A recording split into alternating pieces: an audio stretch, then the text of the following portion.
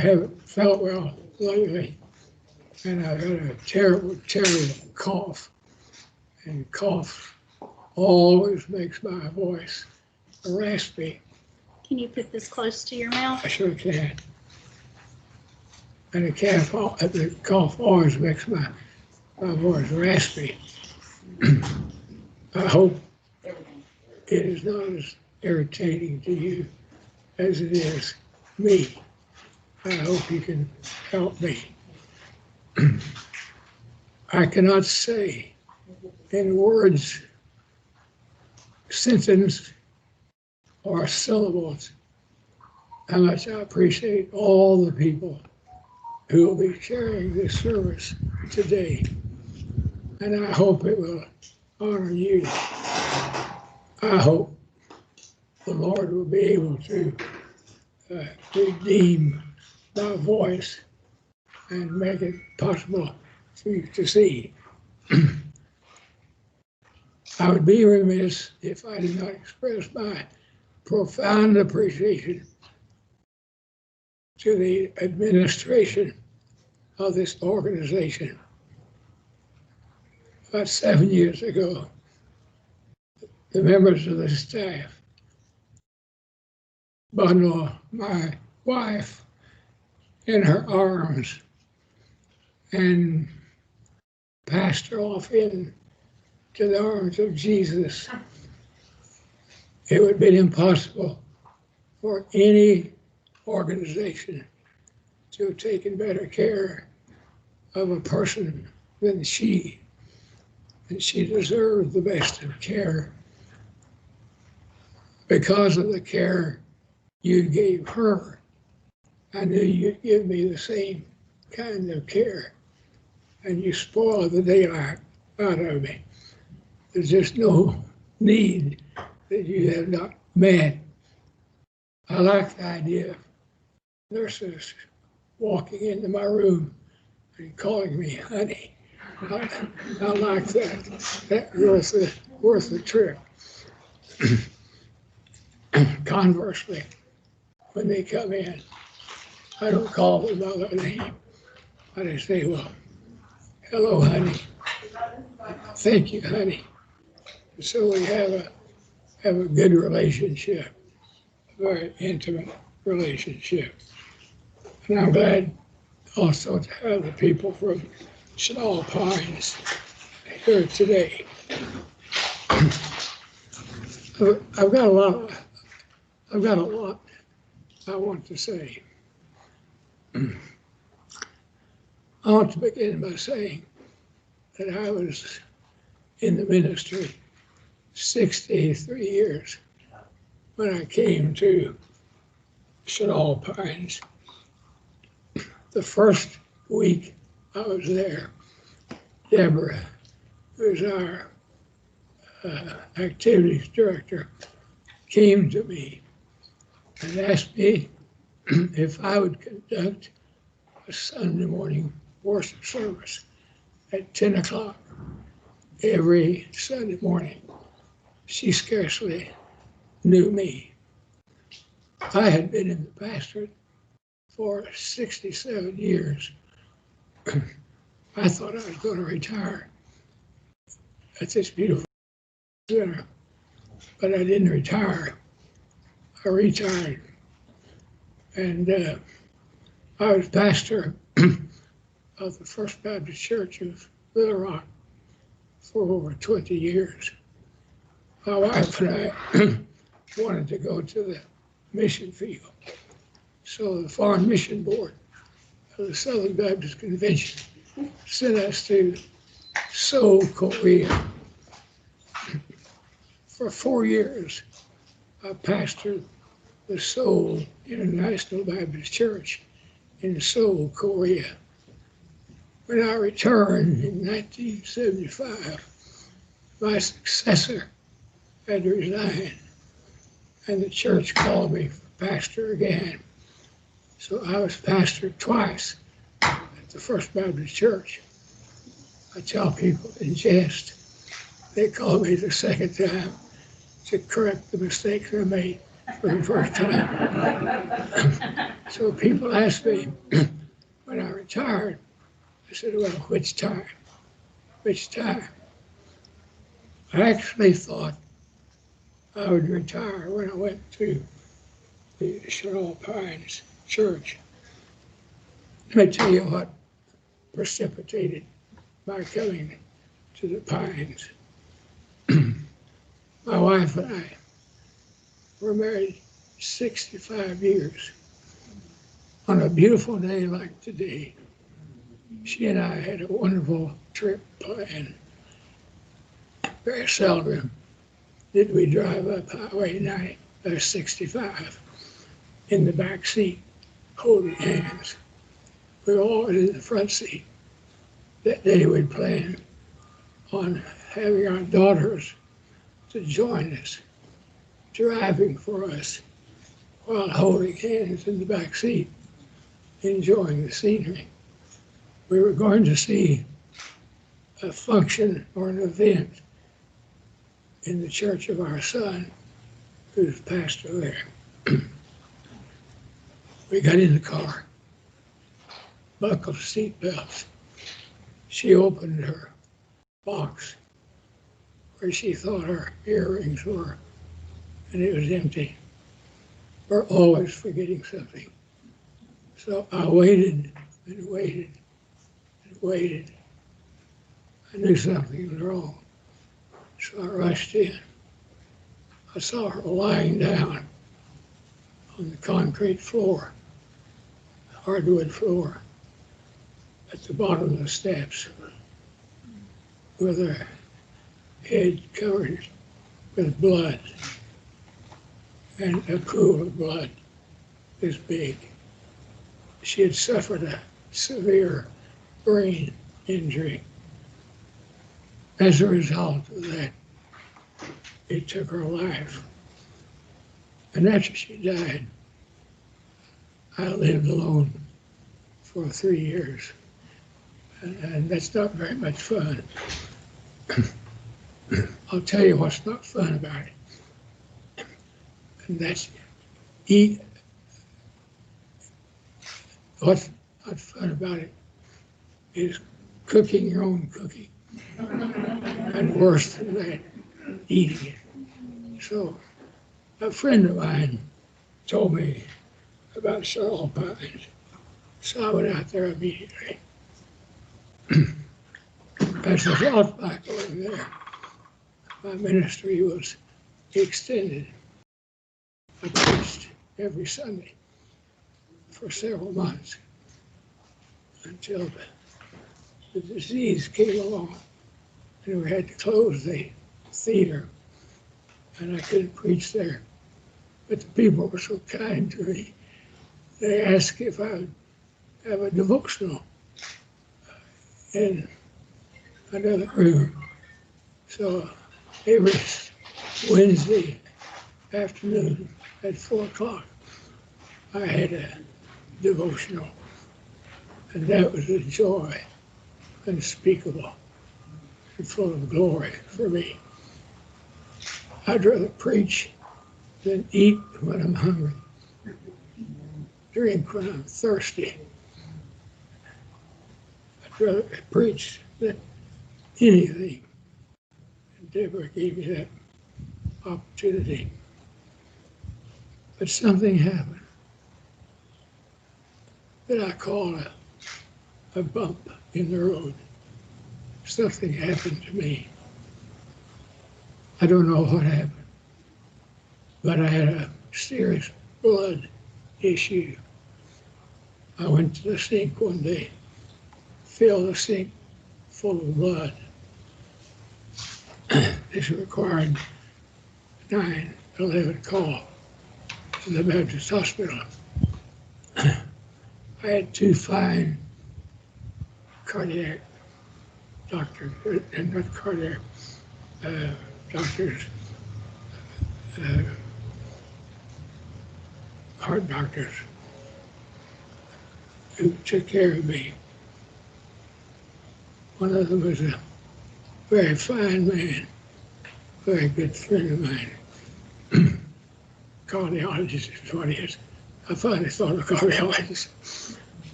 When you're just a few days from death, it's hard for you to think. So Dr. Orsini, who was my friend and doctor, came to see me.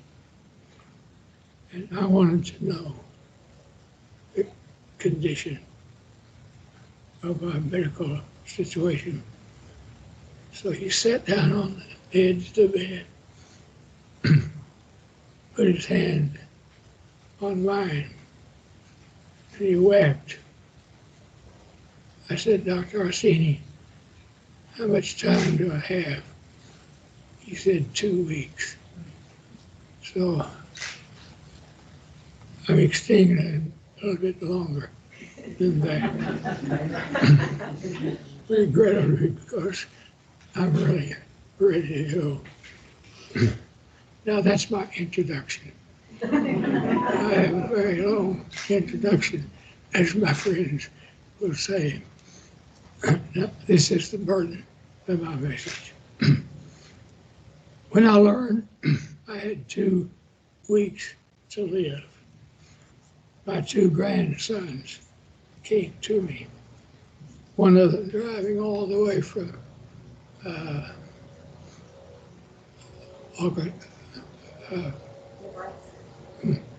Nebraska, couldn't think of Nebraska. And both of them said, Grandpa, what do you think about when you think about having 2 weeks to die? That was a good question. I said, well, there's one thing I think about, and that is if I had my life to live over again, I would be more kind. And I based that on a story. There was a young man by the name of Teddy. He was not qualified to be the finest in the class. He wasn't angry. He wasn't kind of a man who was constantly disturbing the peace. He was a lovable man. But he's one of these boys who is starry-eyed and plain and hard. And though his teacher tried to elicit from him something, he would just answer with a glass eye. But he was a good boy, but he had very few opportunities. One day at Christmas time, the students were expected to bring a gift to Miss Thompson, their teacher. And they brought gifts to her, and they brought elaborate gifts, expensive gifts, beautifully wrapped gifts. But when Miss Thompson opened his, it was wrapped in a piece of paper, fastened with a piece of foil. She caught it and tried to make everybody think that it was beautiful. But down in her heart, she knew that it was not. When she opened that piece of paper, a part of a rhinestone ring fell out. Some of the rhymes were missing. And when she tried it on. Little Teddy said, Miss Thompson, you look just like my mother. And then she opened a little bottle of used perfume and said, Miss Thompson, you smell just like my mother. She should have known some things about Teddy because she had got a report from the first grade teacher, the second grade teacher, the fourth grade teacher, the sixth grade teacher, and they gave such reports. Teddy shows such promise in his work, but he had very little encouragement at home. Freddie could do better. His mother was very sick, and the poor situation is very bad at home. The third grade, Teddy is a good boy, but he's too serious. He's a slow learner. His mother died this year. The fourth grade. Today, Teddy is very slow, but very well behaved. His father shows very little interest. And then that's when the presence came. And she fell under the conviction of the Holy Spirit. She felt that she had been unfair. She went home that night. She got on her knees, asked the Lord to forgive her for the way she had thought about Teddy. It wasn't long until there was a new Miss Thompson. The Lord convicted her for her attitude toward Teddy. She and everybody knew it. She showed a dramatic improvement. He had caught up with most of the students that was in his class. She didn't hear from Teddy for a long time after he graduated from school.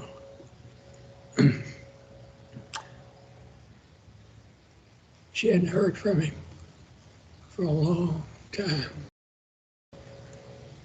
I cannot read the rest of this without crying because of tears in my eyes. The words blur, but I'll try to quote them as best I can and read them as best I can. She hadn't heard from Teddy for a long time. One day she received a note that read, Dear Miss Thompson, I wanted you to be the first to know I will be graduating second in my class. Love, Teddy Stoddard. 4 years later, another letter came.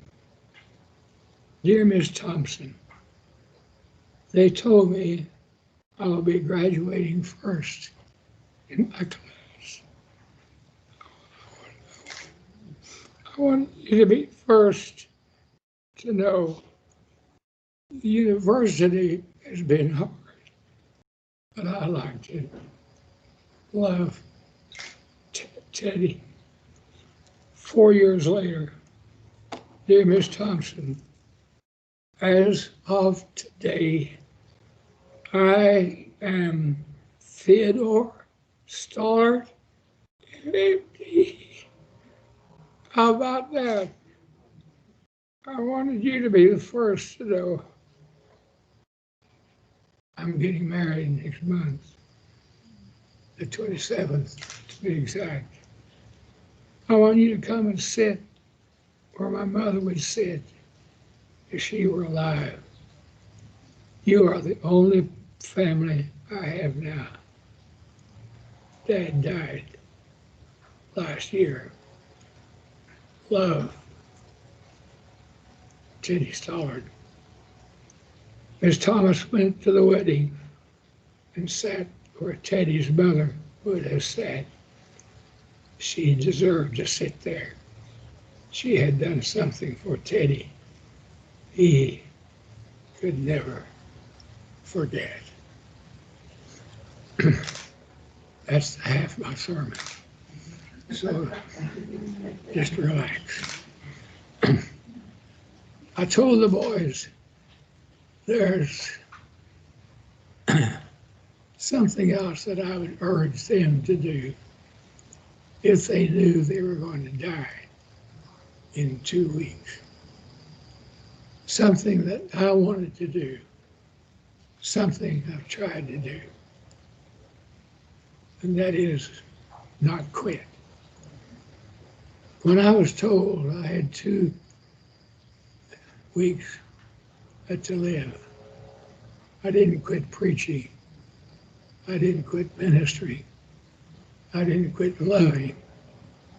I didn't quit expressing my affection to people who were kind to me.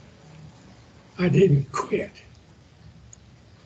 And I would suggest to you boys that if this time ever comes to you and you're told you only have 2 weeks to live, don't give up. That's okay. That's okay. Don't give up. Keep on. It reminded me of one of my favorite poems. And with that, I'll close. I want to let go, but I won't let go. There are battles to fight by day and by night for God and the right, and I won't let go. I want to let go, but I won't let go. What?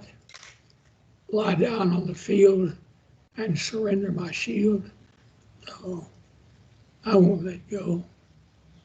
I want to let go, but I won't let go. I'm sick. It's true.